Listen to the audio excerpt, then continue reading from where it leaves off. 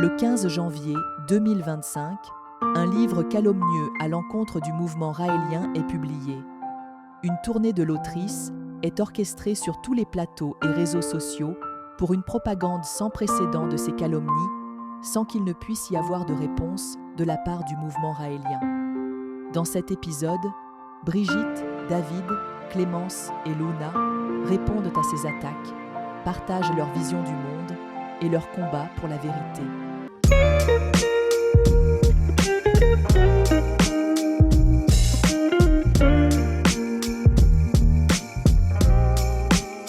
Eh bien, bonjour à tous, nous sommes aujourd'hui le 9 février 2025 et une fois n'est pas coutume, nous avons des invités vraiment spéciaux aujourd'hui pour une situation un peu spéciale que nous vivons en ce moment. Alors, j'ai le plaisir donc d'inviter aujourd'hui David, que nous n'avons jamais vu sur la vision raélienne, et puis Clémence, que nous n'avons jamais vu sur la vision raélienne. Brigitte, vous la connaissez, hein, on la voit sur toutes les émissions. Donc, bonjour David. Bonjour Luna. Bonjour Clémence. Bonjour Luna, bonjour à tous et toutes. Et bonjour Brigitte, toujours au Mexique, c'est ça, hein? Au Mexique, Voilà. oui. Et puis David, toi tu es entre le Japon et l'Europe, je crois. Je suis au Japon, je suis résident japonais maintenant, mais je suis en France depuis quelques jours. Je découvre la belle réalité française et Ok. merci de m'avoir invité. Super. Et Clémence, donc tu es en France, pas loin de la Super. côte atlantique et des vagues et Bon. du surf. Voilà. Magnifique. Alors, une fois n'est pas coutume non plus, nous avons aujourd'hui, je voulais m'amuser un petit peu avec ça, les Raéliens, on se moque un peu des diplômes, parce que la réalité, c'est que nous sommes tous humains avant tout. Et en réalité, les diplômes sont des certificats, des fois, de conformité, ça peut arriver. Mais en tout cas, nous avons quand même, dans le mouvement, nous avons des personnes qui ont fait beaucoup d'études. Et ces 3 personnes-là en particulier, j'avais envie pas de m'amuser parce que c'était beaucoup de boulot, mais néanmoins de vous montrer que parmi les Raéliens, il y a quand même des gens aussi qui ont des diplômes. Alors nous avons donc Clémence qui a un master de recherche en sciences de l'éducation, qui est diplômée en psychocriminalité. Est-ce que je me suis trompée? Ça va Clémence? J'ai à peu près tout dit? C'est ça, princesse. Ouais. C'est ça, Merci. on en rigole, mais bon. Après, nous avons effectivement David qui a un doctorat en philosophie pratique et en philosophie de la technique. Et c'est un traducteur officiel de Ortega y Gasset, qui est un grand écrivain. Voilà, pareil, est-ce que j'ai bien dit tout ce que tu... Non, traducteur officiel, il n'y a pas de traducteur Ah, il n'y en a officiel. Je suis traducteur assermenté, mais ça c'est autre chose. Traducteur assermenté. Mais j'ai traduit 2 livres de ce grand philosophe espagnol, effectivement. Merci. Et puis, nous avons Brigitte, que vous connaissez tous, qui a des PhD en physique, chimie, physique analytique, biochimie, et qui a un MBA de Fontainebleau. Ça nous fait rire, hein? Ok. Bon, blague à part, passons à la suite. Donc là, actuellement, nous vivons, en tout cas en France, une campagne sans précédent basée sur un témoignage donc d'une ancienne membre que les médias relaient sans retenue, absolument sans retenue. Il n'y a sans aucune preuve non plus d'ailleurs, si ce n'est la parole maintes fois contradictoire de cette personne à plein de reprises différentes. Donc, et tout ceci avec la complicité des médias a été répété par les médias. Ils ne nous donnent absolument pas la parole. Donc aujourd'hui, nous profitons de cette tribune pour pouvoir répondre, puisque les médias officiels ne nous invitent pas. Donc moi, en tant que porte-parole, par exemple, de l'Europe, je ne suis jamais invitée. On m'a proposé d'avoir une confrontation, de pouvoir parler, et ce n'est pas le cas. Donc nous avons utilisé cette tribune aujourd'hui pour pouvoir montrer un peu notre vision du monde et puis contrer un peu ces mensonges qui sont absolument délétères. Voilà, alors qui a envie de rebondir sur cette actualité cuisante? Brigitte? Ok, yeah. En fait, je suis heureuse de ne pas être en France. J'ai quitté il y a plus de 20 ans maintenant, hein, donc parce qu'à l'époque c'était déjà la chasse aux sorcières, donc je suis partie et même la justice m'a enlevé mon enfant parce que j'étais raélienne, donc c'est pas nouveau cette histoire, hein. Et Mais je me rends compte, en fait, juste en lisant vos emails de temps en temps, vos rapports, que c'est intense ce qui se passe. Et c'est en fait, ça se conçoit parce que c'est un mix entre MeToo et puis la secte. Alors c'est fantastique, quoi. Tout le monde peut adhérer à ça en France parce que c'est la culture. C'est une culture qui est anti-secte depuis probablement début des années 90, hein, donc ça fait près de 30 ans, qui a cette pensée unique qu'il faut sauver les gens des sectes, alors que, en fait, ce sont les personnes qui osent faire partie d'un groupement différent, ce sont des gens qu'on devrait respecter encore plus. En fait, s'ils sortent de la pensée unique, ils osent, en fait. Et surtout quand on parle du mouvement chrétien, qui est un mouvement qui n'a pas de communauté, qui n'a pas de Dieu, qui n'a pas de rite ou qui n'adore personne, en fait, ça devrait être encore plus admiré d'une certaine façon, de mon point de vue, quoi, et vu de l'extérieur. Mais en France, il y a une culture extrêmement anti-secte et bien pensante, et qui doit être difficile. Donc je vous admire, je comprends, David, que tu ailles au Japon, le respect que l'on observe au Japon, c'est extraordinaire, quoi. Mais Luna, Clémence.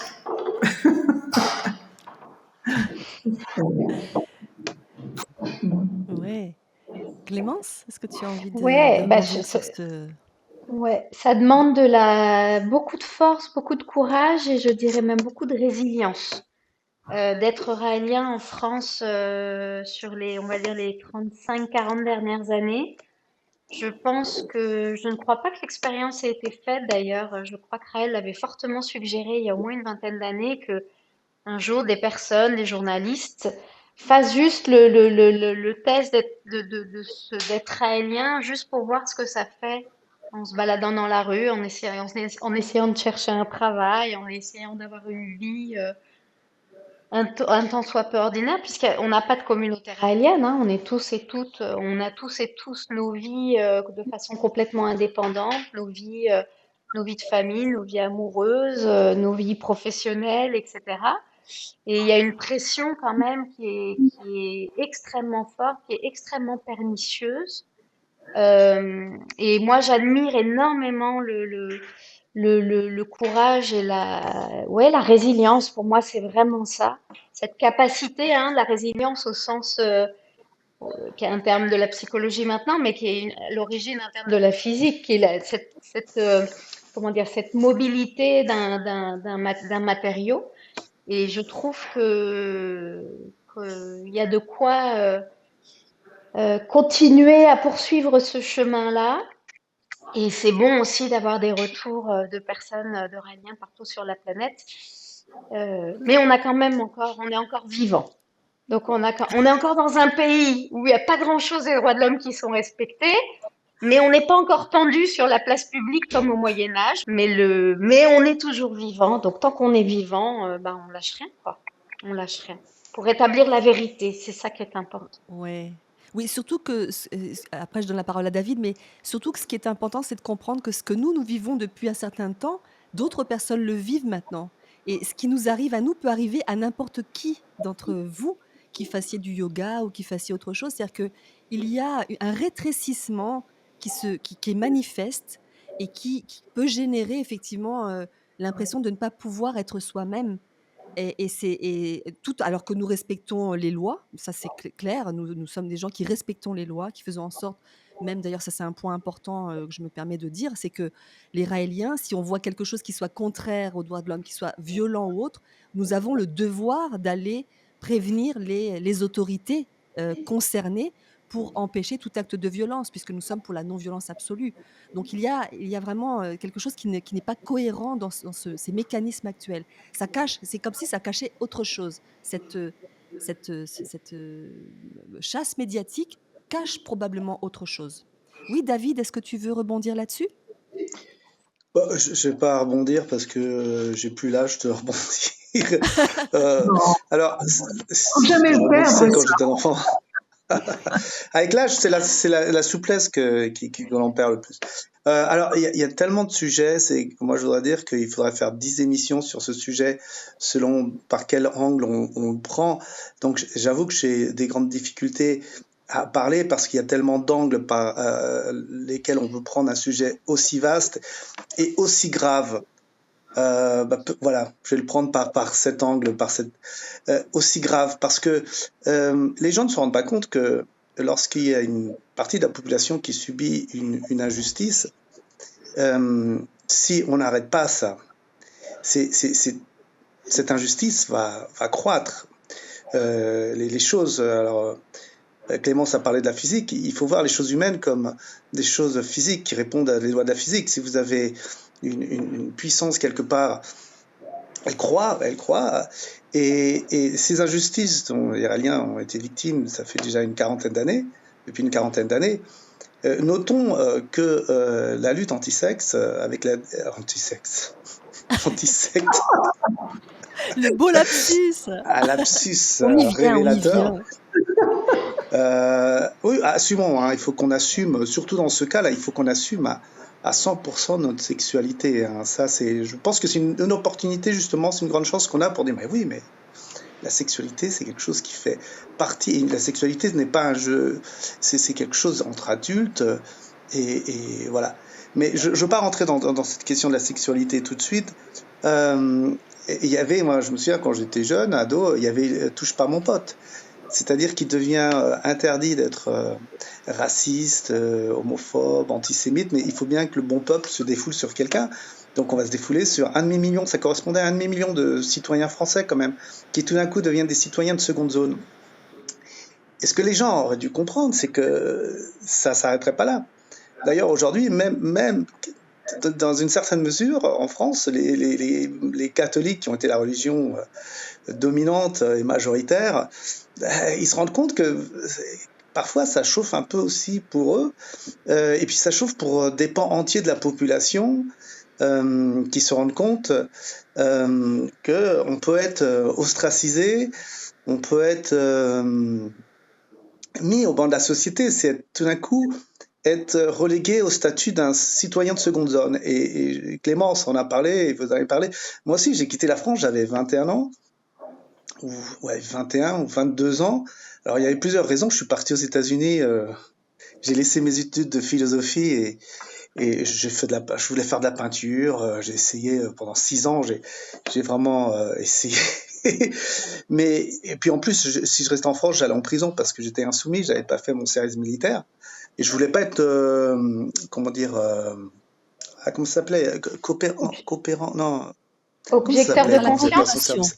Objecteur, voilà, je voulais pas être objecteur. Moi, je faisais pas le service militaire et je fais pas les choses qu'à moitié. Donc, mais ça m'insupportait cette ambiance de supérieur. C'est nauséabond en France, des gens qui connaissent rien, tout d'un coup, ils disent oui, vous, etc. Donc, alors, l'histoire des diplômes, honnêtement, moi, je m'en fous des diplômes. Effectivement, j'ai deux doctorats en philosophie, ce qui me donne pas du travail pour autant, mais pour les gens qui sont un petit peu limités, c'est bien qu'ils se rendent compte que les Iraniens, on réfléchit quand même aux choses. Moi, je suis iranien, j'ai découvert ça, j'étais dans l'ouest de la France, à Angers, j'avais 15 ans.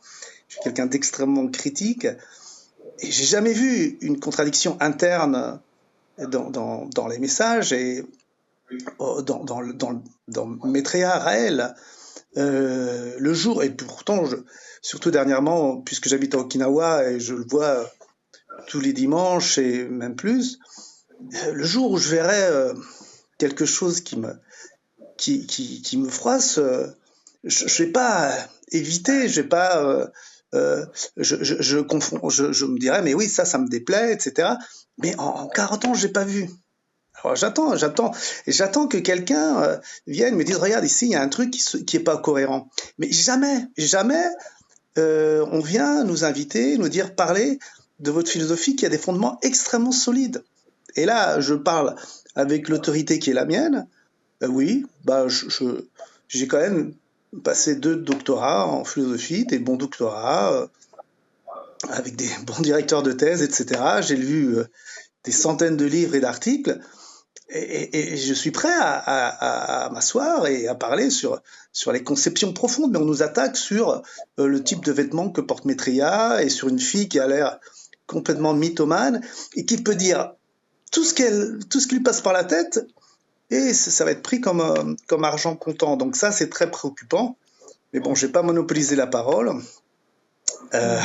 sur un sujet qui est très très vaste. Hein. Ouais. Il va falloir faire des segments sur ce sujet, parce que les Français doivent comprendre que ce qui nous arrive à nous, on est à la pointe de choses qui vont leur arriver à eux. Donc même s'ils nous apprécient pas, même s'ils pensent qu'on est complètement allumé ou tout ce qu'on veut, on a quand même des choses à leur enseigner, parce qu'on a tenu le coup pendant 40 ans. Et quand on est raélien, il faut avoir quand même... On a tenu le coup pendant 40 ans, donc au lieu de nous prendre de haut, etc., les gens, surtout ceux qui se rendent compte qu'il y a des choses qui se passent pas bien dans la société, qu'il y a des problèmes de liberté d'expression, etc., ils devraient plutôt venir nous écouter, parce qu'on a beaucoup à leur enseigner. Oui. Mmh.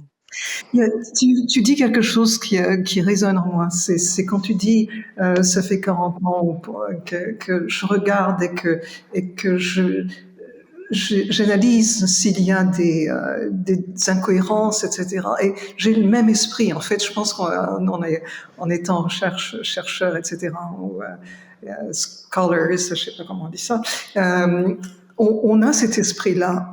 J'ai invité Maitreya Rael donc chez moi. Il a vécu plusieurs mois dans ma maison, à différents endroits, etc. On s'est côtoyés, on est allés en vacances ensemble, on est allés dans des bateaux ensemble sur la Méditerranée. Donc, on a vraiment côtoyé. Et tout ce qui reste de ma perception, en fait, bon, c'est un grand plaisir de le côtoyer, de discuter avec lui, mais c'est l'immense respect. Le respect qu'il montre aux gens qui l'entourent. Bon, si je lui cuisine un plat, il va me remercier 10 fois plus que n'importe qui, parce que pour lui, c'est pas normal. Hein, et donc, tous ces enseignements, il les vit, il les pratique. Et donc, c'est dans ce sens-là, on voit quand on a été, pas dans son intimité, mais dans ses proches, et qu'on voit comment il est sali aujourd'hui par quelqu'un qui, on ne parlera pas de cette personne, mais qui a une réputation de menteuse et qui a été déboutée à différentes reprises pour ses mensonges. C'est dur de l'avaler parce que Raël est un homme de respect.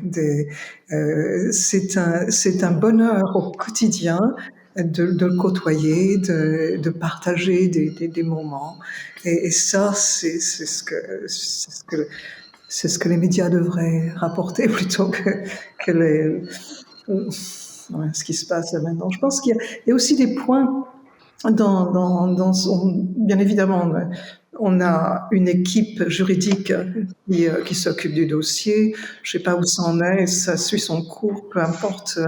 Et on ne va pas parler non plus du contenu, de l'ensemble du contenu de ce livre, qui par ailleurs, j'ai appris, ne se vend pas. Hein. La Fnac en a vendu 3, c'est ça? Oui, et j'ai même un scoop, Brigitte, quand j'ai acheté le livre le matin, le gars de la Fnac m'a dit: «Oh non, encore une qui veut faire son intéressante».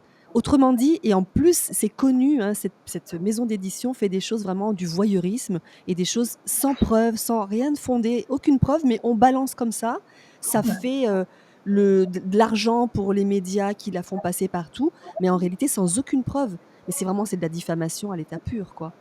Et sans possibilité de débat contradictoire. Parce que moi, je suis prête à aller sur un plateau pour la rencontrer avec grand plaisir.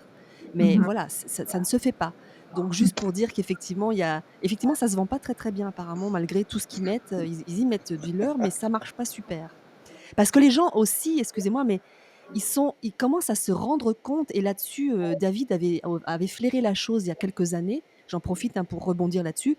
C'est qu'effectivement, avec le départ de MeToo, par exemple, moi, je l'ai dit, hein, j'étais favorable au départ à la libération de la parole des femmes, etc. Parce que là, on est 4 Sur les 4, il y en a 3, je ne sais pas ton histoire David, mais nous 3, on a vécu des choses. Alors on n'est pas des victimes, on a vécu des choses difficiles et on est là et on ne va pas jouer les victimes parce qu'on a réussi à dépasser les choses, à grandir avec ça. Et donc cette vague MeToo qui a pris une proportion et un virage horrible où il y a plus, où les hommes ne sont plus protégés. Enfin, les hommes ou en tout cas les personnes ne sont plus protégées contre les rumeurs et les mensonges. Et on va mettre des innocents en prison sans que ça pose de problème. Donc ça, on arrive sur ce sujet MeToo. Enfin, je ne sais pas, Brigitte, si c'est par là que tu voulais aller aussi, mais je pense que c'est important aussi de revenir là-dessus, sur le danger que représente cette digression. Donc voilà, si l'un de vous veut intervenir là-dessus. Oui, Ouais, Clémence. je veux bien, princesse. Il y a une chose qui est absolument hallucinante dans ce qui se passe aujourd'hui et depuis quelques années par rapport à ça, c'est qu'on est dans une présomption de culpabilité. J'écoutais certains propos d'avocats là en lien avec ce sujet-là, alors qu'un principe fondamental du droit de la personne humaine, c'est la présomption d'innocence. Et le lynchage qu'il y a aujourd'hui, la charge médiatique qui fait son beurre sur le sujet, c'est clair, et la façon de donner la parole à des personnes qui mentent, littéralement, qui peut-être croient à leur mensonge, mais il n'en est pas moins que c'est un mensonge, met en pâture certaines personnes dont il y a une présomption de culpabilité totale et pour lequel il y a, en fait, comme tu le disais, aucun contradictoire, aucune même intention d'aller vérifier si ce que dit la personne est la vérité, quoi. Donc, plutôt que de laisser le temps finalement à la justice de faire son travail, aux autorités policières et judiciaires de faire leur travail d'enquête, quand il y a des faits établis et des actes de violence physique, psychique, sexuelle établie, bien évidemment que c'est nécessaire qu'il y ait une justice et qu'il y ait que ceci soit mis en place. Alors, une justice de condamnation, une justice restaurative aussi, c'est encore un autre sujet presque philosophique qui est très intéressant, mais la notion de pardon, elle est importante aussi dans un processus de résilience dans ces sujets-là, mais on pourrait refaire une émission là-dessus. Mais ce qui est fou, c'est à quel point là, la voix, il n'y a qu'une voix qui porte, et celle des autres est complètement oubliée, celle des personnes concernées est complètement oubliée.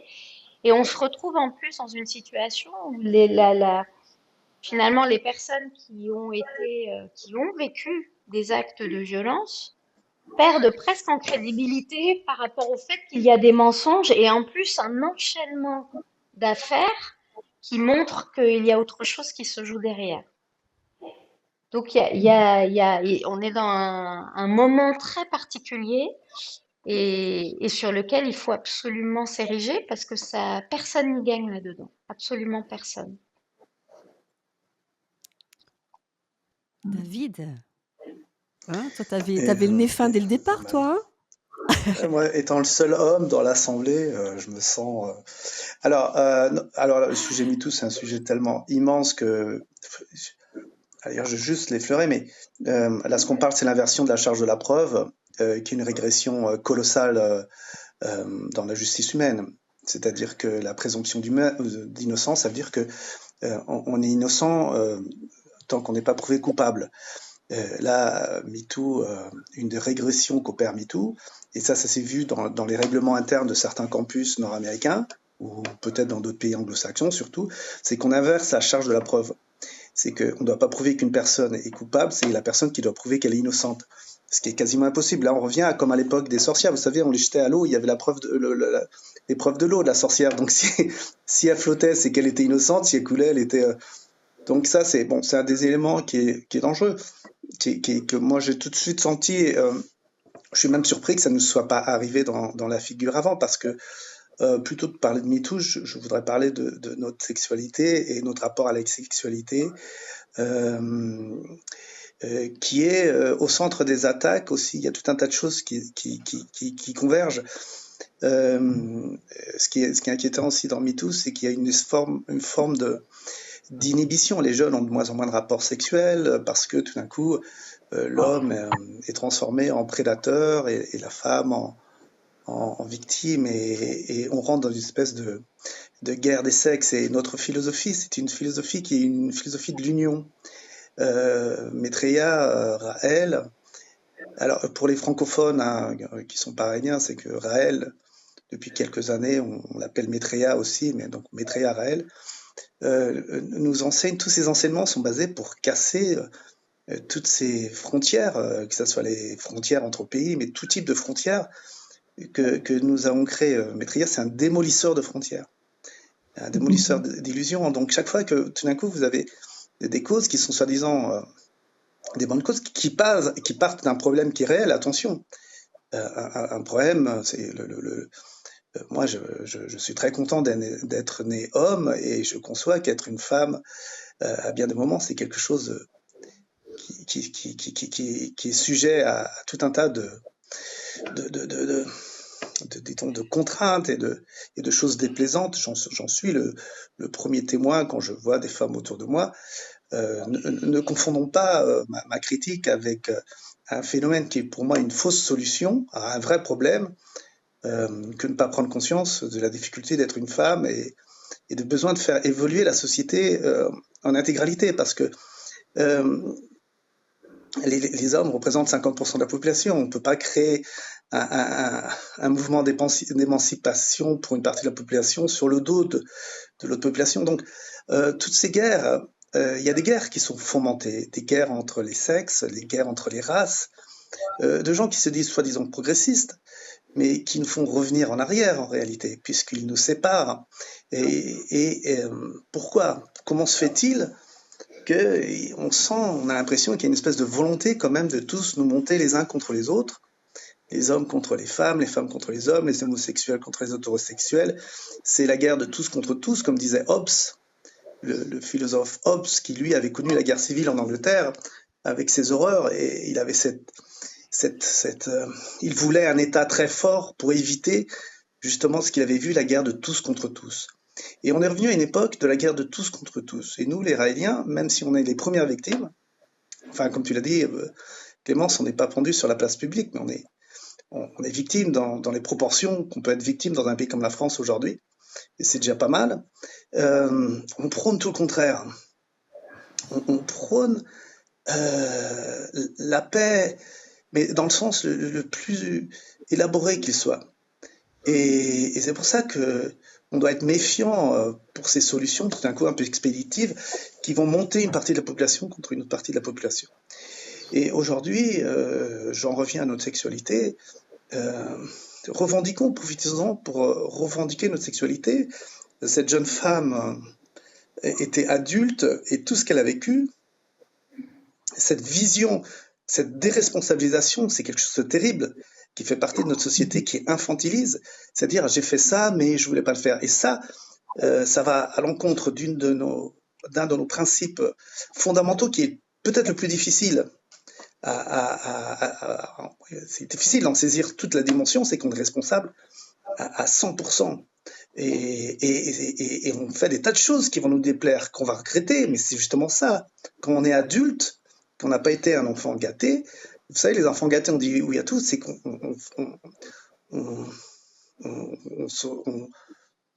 passe tous les jours, ce sont des épreuves. Et Maitreya Rahel a commencé sa vie à 15 ans, il a quitté sa maison, enfin sa vie d'adulte. La vie, c'est des tas de déceptions et des tas d'épreuves. Et bon, cette jeune femme a vécu des choses, je n'ai pas lu le livre, j'ai pas vraiment envie de le lire. Je ne le lirai que si j'ai à le lire pour une raison particulière, mais j'espère que j'aurai pas à lire parce que ça me paraît vraiment dégoûtant. Et la partie de dire j'ai fait tout ça, mais je voulais pas, c'est ça ce qui est corroboré par cette philosophie ambiante et c'est une des choses que je critique dans MeToo, justement, cette idée de j'ai couché avec, mais après je voulais plus, et puis je suis retourné. Vous savez, ces femmes qui ont été violées, pas rentrer dans des cas précis, mais cette idée de je fais, mais je ne veux pas. Et donc, il est important de revendiquer notre sexualité libre et l'idée que peut-être que tu vas coucher avec un gars et puis ça te plaira pas, ou tu vas coucher avec une fille, ça te plaira pas, Mais ça en fait pas un violeur pour autant, quoi. C'est quand même, il y a, voilà, ça t'a pas plu. Il y a des tas d'hommes qui sont très grossiers. Moi, je comprends qu'il y a des hommes qui sont vraiment lourds, qui sont. Mais alors après, Luna t'a dit, t'as des gens qui vont en prison. Non, le problème, c'est que justement, les gens ne vont pas en prison parce qu'ils ne sont coupables de rien qui soit. Et c'est que tu sois puni ou pas par la justice, que tu sois blanchi ou pas par la justice, ça revient au même. C'est aujourd'hui parce que il y a le tribunal populaire. C'est-à-dire que, et c'est ça ce qui, en fin de compte, va compter. C'est-à-dire que la justice peut te blanchir complètement. Ah, mais c'est pas grave, hein, Il demeure un euh, soupçon, c'est ça qui est voilà. terrible. C'est ça, et c'est vrai que enfin, excuse-moi, je t'ai interrompu David, mais Non, c'est non, non. ça qui est terrible, c'est d'avoir ce nombre d'innocents et nous, on l'a vécu, hein, on l'a vu, on l'a vécu avec des personnes que nous connaissons. Bah, toi, Clémence, tu as vécu avec quelqu'un qui s'est retrouvé en prison, alors que c'était un compagnon de 10 ans et donc par un faux témoignage, hein, si je résume la situation. Oui, c'est Voilà. ça, ouais. Moi, j'ai des amis qui ont fait de la prison. Bah, c'est une des affaires qui est citée hein, dans les Mmh. médias quand on Mmh. parle des Raéliens et ces soi-disant condamnations. Pour le coup, cette affaire-là, je la connais extrêmement bien, puisque j'étais Mmh. moi-même une des soi-disant victimes. Donc, j'en connais tous les rouages. Mmh. Et je peux vous dire que c'est des innocents qu'on fait de la prison, parce que c'est tout un coup monté, Mmh. toute une affaire, parce qu'il n'y avait rien en fait. Ils ont cherché les réseaux dans le mouvement raélien, c'était dans la fin des années 90. Après enfin, tout le lancement de cette campagne, enfin, c'était en plein dedans même, de cette chasse aux Mmh. sorcières de toutes les minorités religieuses, dont le mouvement raélien est un fer de lance, j'ai presque envie de dire, en France. Et il fallait trouver quelque chose. Donc il y a eu tout un coup monté. Et le procureur de la cour d'appel et Georges à l'époque était Georges Fenech. C'est-à-dire que c'est ce monsieur qu'on voit dans les médias aujourd'hui et qui a été président ensuite de cette institution qui s'appelle la Miviludes, dont le combat est de lutter contre ils n'ont plus le droit de dire secte, ils disent dérives sectaires maintenant, puisque ça avait été condamné et qu'on ne peut pas stigmatiser un groupe. Mais il faut comprendre qu'on est dans quelque chose qui est un véritable coup monté. Moi, je me suis retrouvée avec 3 amis qui ont fait de la prison, dont mon compagnon, avec qui j'ai vécu une relation pendant 10 ans et qui est toujours mon meilleur ami et Mmh. quelqu'un dont je suis extrêmement proche et qui n'est et qui ne ferait pas de mal à une mouche, quoi. Donc c'est pour dire la perversion du système, la perversion de la machinerie qui est en place, qui ne fait qu'on continue aujourd'hui avec maintenant cet effet entre guillemets de mode post-MeToo, euh, où on a des espèces de postures de victimisation pathos, on dit, hein, qui nous fait rentrer dans un pathos, avec ce mot aussi d'emprise là qui est absolument terrible et odieux. Tu parlais d'infantilisation, David, c'est exactement ça, quoi. Même se qualifier soi sous emprise, c'est se considérer comme quelqu'un qui n'a pas un minimum de jugeote et d'accomplissement. Donc, bien sûr qu'on peut vivre des épreuves, bien sûr qu'il peut y avoir, on peut faire des rencontres qui peuvent nous mettre en difficulté, qui peuvent être traumatiques aussi. Mais attention à la posture que l'on adopte et attention aux discours surtout qui sont tenus car en rien ça aide. Et l'emprise, elle n'est pas là où on pense. C'est-à-dire que moi, tous les discours que j'entends aujourd'hui de ce que l'on reproche, notamment à Raël hein, particulièrement, c'est en fait qu'un effet miroir de ceux qui sont en train de tenir ces propos absolument odieux. Parce que quand on connaît Raël, moi je le connais, ma porte est ouverte aux éditeurs qui veulent récolter mon témoignage d'enfant d'ados et de jeunes femmes, puis de femmes et de mamans aujourd'hui, qui est devenue raélienne jeune adulte, mais qui a 2 parents raéliens aussi. Mais comme il n'y a pas d'enfant raélien, puisque c'est un choix que l'on fait quand on est en âge de le faire et en âge de décider pour soi, il n'y a pas d'éducation ou d'imposition plutôt de choix religieux dans notre philosophie.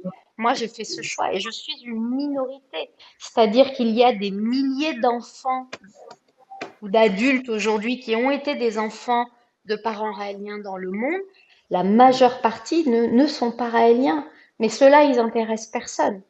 Donc moi, mes portes sont ouvertes aux éditeurs, je lance un appel et je lance un appel aux chercheurs aussi de faire une étude digne de ce nom, qui n'est pas biaisée, pour aller voir qui sont les enfants de Raéliens et que deviennent-ils véritablement, et ne pas se baser sur un seul et unique témoignage qui est celui d'un mensonge total. En tout cas, il en comporte beaucoup et qui met au pilori un certain nombre de personnes.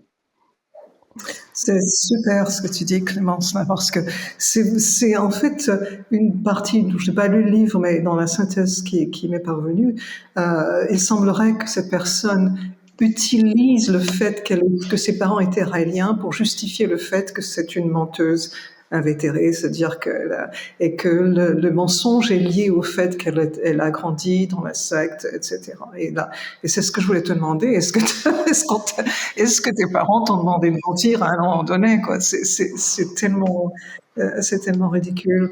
Mais il y a C'est hors aussi, sol. C'est hors sol. ouais. Mais c'est aussi, David, tu parlais de la responsabilisation. Et je pense que Maitreya nous enseigne cette partie-là à tous les Raéliens. Vous êtes responsables de ce que vous faites, de ce que vous vivez. Vous savez dire oui, vous savez dire non, et soyez solides de cette façon-là. Mais il insiste encore plus dans ses enseignements aux femmes et notamment aux anges. Et donc c'est très très clair. Et toutes les enseignantes à l'intérieur du groupe des anges vont répéter: sachez dire non, vivez exactement ce que vous voulez. L'emprise est impossible dans notre structure. Hein. Et pourtant, c'est encore rabâché l'emprise. Donc c'est insoutenable de voir la façon dont c'est rapporté à ce moment-là. Et c'est bien. J'espère qu'il y a plein d'entre vous qui allez suivre ce qu'on dit là, parce que et tester vous-même, parce que c'est tellement important. Cette responsabilisation est une des valeurs fondamentales du mouvement raélien. Depuis le début des enseignements en 1974-75, c'est une partie essentielle. Et je pense qu'il faut répéter.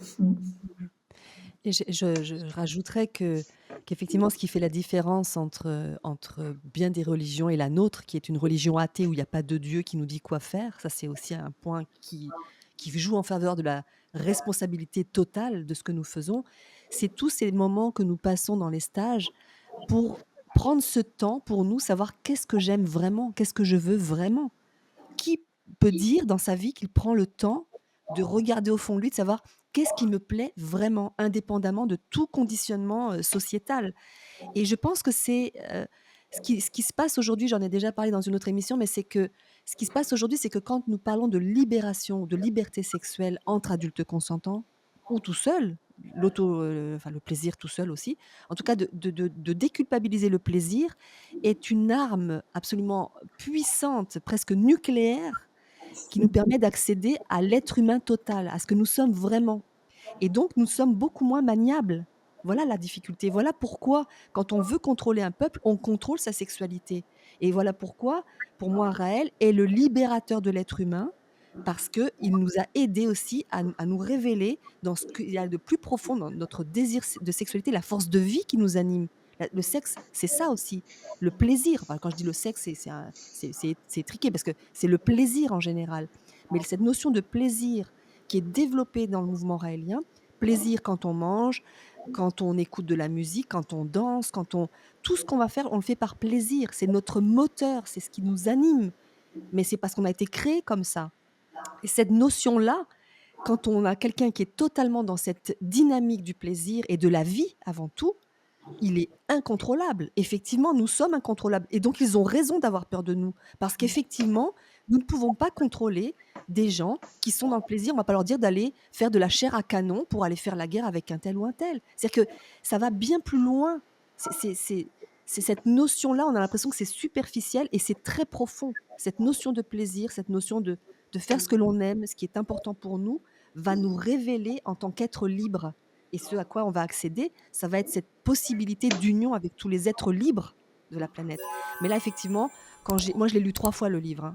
Par obligation, je vous le dis tout de suite, hein. Waouh! Ah, vous pouvez me donner une médaille, hein, je l'ai lu 3 fois et en même temps, ce que j'ai trouvé, c'est que c'est ce qui était à la fois, bon, je vais pas donner de détails du tout d'ailleurs, mais en tout cas, je l'ai lu 3 fois en prenant beaucoup de notes pour voir toutes les incohérences en particulier, mais pas que, mais aussi voir tout un processus que j'entends, que je vois et que j'entends qui est: «Ah mais je savais pas vraiment ce que je faisais». Ah bah oui, bah ma fille quand même, il va falloir à un moment donné te sortir les doigts des fesses quoi. Qu'est-ce que tu fais? Vous voyez, il y a aussi un moment donné de dire mais et toute sa vie c'est comme ça, c'est-à-dire c'est pas seulement avec nous. Donc moi ce que je considère, c'est qu'effectivement c'est une personne, elle aurait été dans un autre groupe, c'était la même chose. Autrement dit, c'est un type de comportement qui fonctionne avec ce schéma-là. «Ah ben je sais pas». Beh, c'est facile, du coup, c'était pas de ma faute. «Ah ben j'y suis pour rien». Vous voyez? Ce mode de fonctionnement-là, de déresponsabilité totale, qui fait qu'on a l'impression que les femmes sont des pauvres petites choses et on se dit: «Non mais moi je j'ai pas du tout envie de me considérer comme une pauvre petite chose. Je décide si j'ai envie de dire oui, si j'ai envie de dire non. J'ai fait des bêtises dans ma vie, eh ben oui, je regarde en arrière, j'en suis pas toujours fière, mais voilà, je l'ai fait quoi. J'ai assumé». C'est assumer les choses pour pouvoir changer et ne pas reporter sur l'autre la responsabilité de ce que j'ai vécu. Ça va très, très loin, hein, on pourra en reparler par la suite, mais cette façon de penser, de «J'y suis pour rien, on m'a obligée, na c'est tellement loin de qui nous sommes, ça n'a rien à voir. Donc voilà, je l'ai lu, finalement avec, je vais pas dire avec plaisir parce que c'était difficile. Ce qui était très difficile, c'était de voir des mensonges qui révèlent donc comme des accusations criminelles, des accusations de barbarie, des choses vraiment fortes que nous n'avons des attaques vraiment violentes que nous n'avons jamais eues. Mais la question que je me pose, c'est pourquoi elle est allée chercher tout ça? Ça veut dire que derrière ça, il y avait une culpabilité probablement très, très profonde et peut-être de sa religion antérieure. Je ne sais pas, vous voyez? Pour moi, il y a Mmh. quelque chose qui est derrière ça, qui n'est pas relié à nous en tant que, enfin, en tout cas au mouvement raélien, mais qui est lié à une souffrance antérieure, dont je ne vais pas nommer, mais pour moi, il y a quelque chose qui est de l'éducation d'avant. Vous voyez, des choses, on parle d'épigénétique ou autre, mais des choses que les femmes ont portées en elles pendant longtemps, de culpabilité dans le plaisir. J'en ai un petit peu parlé à d'autres émissions, mais cette culpabilité au plaisir, moi, je l'ai vécue. Je sais ce que c'est, je l'ai vécu aussi avec une éducation catholique, et cetera, où il fallait faire, vous voyez, de culpabilité quand je me masturbe ou quand je faisais ceci ou cela. Donc je sais ce que c'est de souffrir, avoir l'impression de dire: «Je fais ça, mais c'est pas bien», mais vous voyez?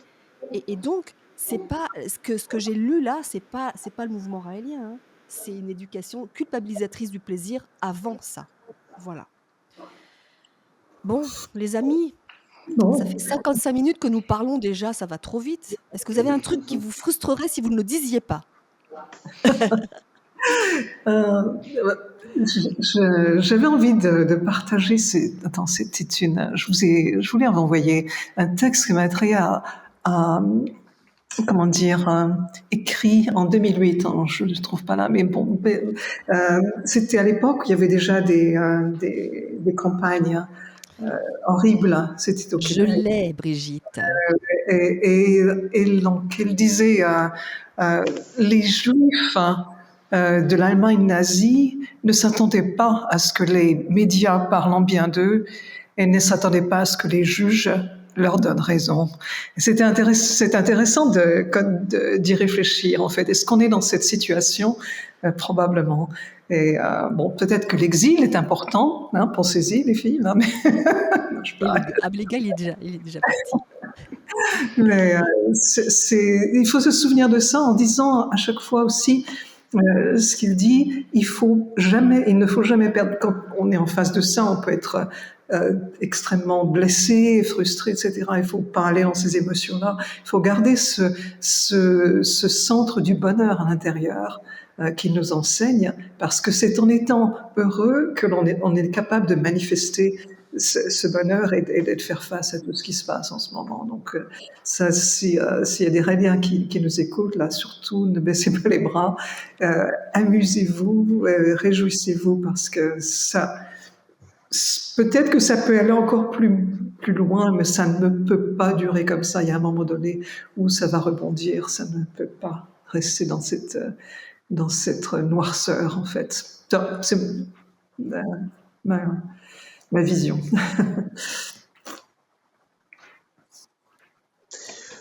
Moi, j'ai énormément de questions, mais pourquoi est-ce que ça arrive maintenant? Alors, je ne sais pas si c'est dû à une forme de hasard de- ou est-ce que ça répond peut-être, est-ce que ça rentre dans un contexte où finalement on se rapproche de notre mission? La question extraterrestre est devenue maintenant, c'est de moins en moins tabou. Il y a jusqu'à, je sais pas, 10 ans, un universitaire qui parlait d'extraterrestres, il risquait sa carrière.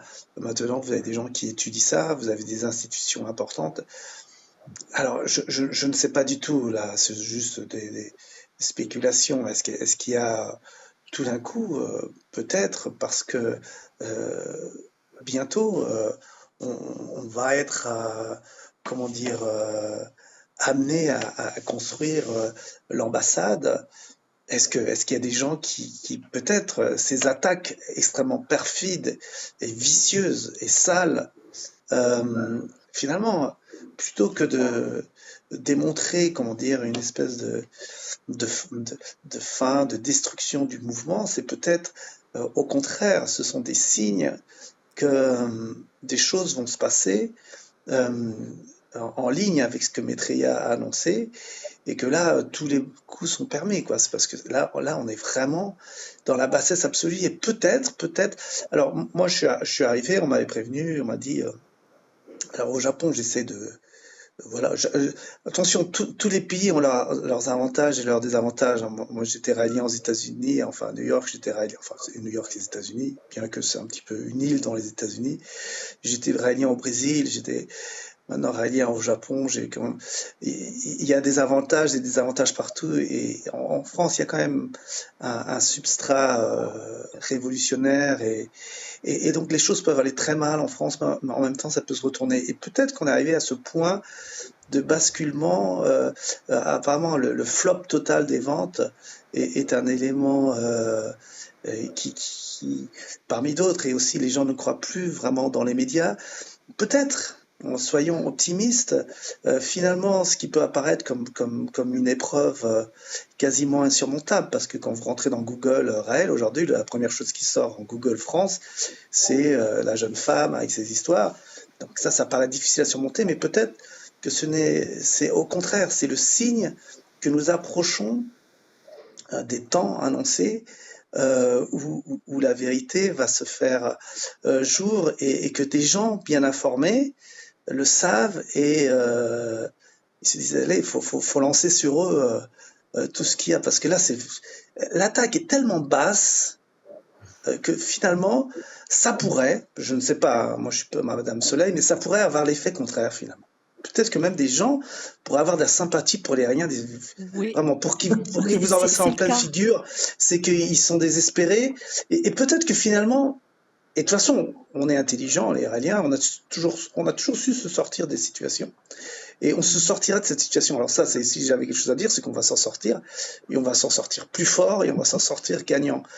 Et peut-être beaucoup plus gagnant que ce que l'on croit. Même si j'avoue que moi, quand je suis rentré, je me suis dit, allez, je m'assois devant mon ordi, je vois ce qui se passe en France. Quand j'ai vu ça, j'ai dit, là, il va falloir faire quelque chose. Et on va faire quelque chose. Il faut que ça soit fait sur le plan juridique. Mais, et on va montrer notre génie, et on va montrer au monde comment les enseignements. Parce que les gens, ils comprennent pas ce que sont les enseignements de Maitreya Raël. Ce sont des graines. C'est pour ça que quand je dis qu'on pourrait faire 10 émissions, pourquoi? Parce que les enseignements que nous donne Maitreya Raël sont tellement profonds. Et là, je parle depuis l'autorité de quelqu'un qui a 2 doctorats de philosophie, profitons-en. Je peux vous dire, chacun, il nous l'a dit, ce sont des graines, et après chacun les fait pousser à sa manière. Ces graines nous emmènent tellement profond, nous amènent, c'est un renouveau. C'est une religion révélée. Ça nous emmène tellement profond que on peut faire pousser un arbre fleurit avec chacune de ces graines, une forêt de multicolores. Et ce type d'épreuve, c'est extraordinaire et on remercie. Ça nous oblige. Si on se relâche un peu, les Raéliens, c'est facile, on a eu Netflix et tout, eh bien ça nous oblige, merci, parce que ça nous oblige à rentrer en nous, à nous retrouver, à aller puiser dans la fantastique richesse et force de ces enseignements que notre maître y a, et on va en ressortir plus fort, plus déterminé, que jamais. Donc, à ceux à qui, il y a quelques jours, j'ai envoyé... Bon, j'avais un petit peu un but provocateur, vous savez, je suis un peu provocateur. Non, pas Non, du je suis tout. pas du tout... Non, mais c'est vrai que quand je suis arrivé, je me dis, allez, qu'est-ce qui se passe en France? Et je vois ça, j'étais purée. Là, c'est vrai que j'ai pris ça en pleine figure. Mais... c'est extraordinaire. Remercions cette personne. J'ai pas envie de la nommer. Vous savez, ça me dérange parce qu'elle mérite même pas qu'on la nomme. Mais j'ai beaucoup de compassion pour elle parce que sa vie va être un enfer. Pas parce que ce que nous allons faire. Parce que ça, faut pas l'oublier. Personne nous l'oublier. Personne nous a. Est-ce que un Raélien a déjà été condamné pour violence ou pour menace de mort? Mais nous sommes la religion la plus pacifiste. On va pas casser la gueule à des gens, on va pas, et on s'en prend à nous, mais honte à cette meute de hyènes. Les hyènes valent bien plus, mais vous comprendrez. Et quelque part, je suis très content. Aujourd'hui, je suis super motivé.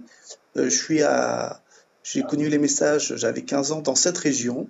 Donc, quelque part, ça fait plus de 40 ans, oui, plus de 40 ans. Et merci. Merci à tous ces personnes mal intentionnées qui savent pas vraiment à qui elles ont affaire.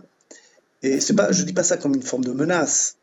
Je dis ça depuis les profondeurs de notre philosophie absolument extraordinaire. Et sur ces mots, je vous dis, je vous aime. Waouh! Oh là là, déclaration d'amour de David. Dis donc, c'est pas souvent, hein? Ça, je vais le Regardez, garder, hein, David. regardez, on revient voir. Coupez cette partie, non. Je Ah oui, regrette ma quand même. déclaration. Mais non. Oh, non. Essentiel. Ah, bon, Clémence, un petit mot pour conclure? Oui. Ah oui, je veux bien. J'ai 3 mots et Oui? en quelques mots, je vais les expliquer. J'ai éducation. Pour moi, il y a 3 mots-clés fondamentaux qui ressortent là, de tout ça, de nos échanges et du chemin qui est important que notre humanité aussi doit emprunter. C'est le mot éducation, c'est la liberté d'être soi, euh, qui que nous soyons là dans les personnes qui nous regardent, euh, d'être vous et d'être libre d'être vous. Et puis d'être le témoin. L'éducation, c'est notamment en lien, je pense aussi à l'éducation à la sexualité. On n'est pas revenu plus en détail dessus aujourd'hui. On aura sûrement l'occasion de refaire une émission abordant ce sujet-là. Mais je veux juste rappeler une chose qui est importante, c'est que l'abus et la violence, ça n'est pas de l'éducation. Donc à partir du moment où il y a abus et violence, on ne parle pas d'éducation, et notamment dans l'éducation à la sexualité. Voilà, puisque c'est quelque chose sur lequel il y a beaucoup de débats, il faut que les choses soient extrêmement claires par rapport à ça. La deuxième chose, c'est une des clés, et Raël et personne un jour l'avait défini comme étant un libérateur. C'est exactement ça. C'est-à-dire que c'est un amoureux, un ardent défendeur de la liberté, des libertés humaines au sens large du terme. Et c'est pour ça que quand j'entends c'est dégueulasse, ces accusations d'esclavagisme, qui est un crime, hein, punissible de 20 ans de prison en France, et c'est sûrement à peu près pareil dans pas mal d'endroits dans le monde. C'est l'opposé de ce qui est et de la vérité et de la réalité. Et ça m'amène à ce troisième mot qui est le fait d'être le témoin.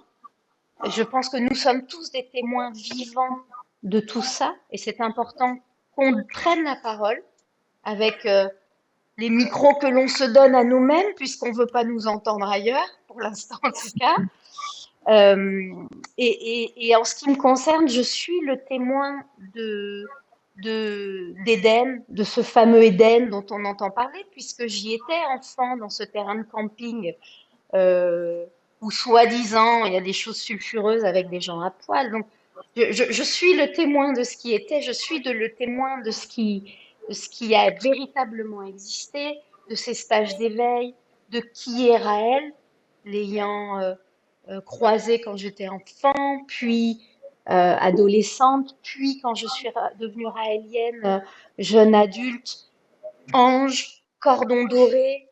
À 43 ans, je suis plus toute jeune. Ça me fait toujours rire quand j'entends que les cordons dorés sont des jeunes femmes, quand on sait que ça va 60 et plus. Donc, c'est fou le mensonge et la, la, la, la, comment dire, la déformation et la manipulation qu'il peut y avoir sur tous ces sujets-là.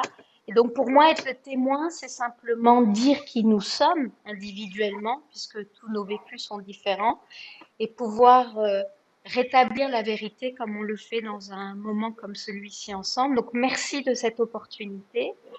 Et moi, je serais ravie de continuer à pouvoir raconter toute mon aventure de vie. Donc, je réitère, messieurs, mesdames les éditeurs, messieurs, mesdames les journalistes honnêtes, parce que je ne me laisserai pas faire, pardon, par les gens malhonnêtes, le témoignage, mon témoignage, et je suis sûre que ceux de beaucoup, beaucoup de Raéliens, de Raéliennes, et de non-Raéliens et non-Raéliennes aussi, qui nous connaissent, notre parole est ouverte. Merci beaucoup et Merci. très belle fin de journée à tout le monde. Merci Camille. Bon, alors je vais terminer cette émission spéciale, hein, et j'aimerais la dédier à une personne qui est chère à notre cœur, qui actuellement est sur un lit d'hôpital en fin de vie. Et cette personne-là, elle a vécu un truc vraiment dur dans sa vie. Elle a été violée par son père jusqu'à l'âge de 12-13 ans. Et jamais on n'aurait pu imaginer ce qu'elle avait traversé, mais par contre, elle est devenue couturière grâce à ça. C'est-à-dire qu'elle a utilisé tous les costumes de son père qu'elle a déchiquetés, coupés en morceaux pour devenir couturière et faire de la mode. Et pour moi, ça, c'est la preuve qu'on peut tout dépasser. Elle se plaignait jamais. C'était pas une femme qui faisait sa victime. C'était une femme forte. C'est une femme forte qui vraiment se bat aujourd'hui. C'est la fin, là, pour elle. Mais vraiment, toutes ces femmes qui ont dépassé des choses difficiles et qui en ont fait quelque chose. Et voilà, donc je dédie cette émission aujourd'hui à qui vous savez. Et puis voilà. Et j'ai envie de dire aussi que c'est dans l'adversité qu'on voit où sont nos vrais amis, qu'ils soient raéliens ou pas raéliens d'ailleurs. Et nous avons eu sur les réseaux sociaux beaucoup de choses très positives, hein, contrairement à ce qu'on imagine. Effectivement, on a plutôt eu des gens qui ne nous connaissent pas, qui disent c'est pas possible que ce soit comme ça, on a envie de savoir qui vous êtes. Donc en fait, ça fait effectivement l'inverse. On parle de nous et pas, même si c'est fait sur le plan médiatique en mal, les gens ne sont pas dupes. En tout cas, certaines personnes, une frange de la population n'est pas dupe. Parce qu'ils en ont marre de se faire avoir par d'autres sujets. Donc ça, c'est un autre sujet que nous aborderons peut-être une autre fois. Mais en tout cas, je pense que c'est un très bon filtre. Ce qui se passe aujourd'hui est un très bon filtre pour savoir à qui on a affaire et que les gens sachent qui nous sommes vraiment aussi. Voilà les amis. Ainsi s'achève cette vision raélienne spéciale. Et puis, je vous embrasse tous. Je vous aime. Moi aussi, je vais faire ma déclaration. Je vous aime. À bientôt.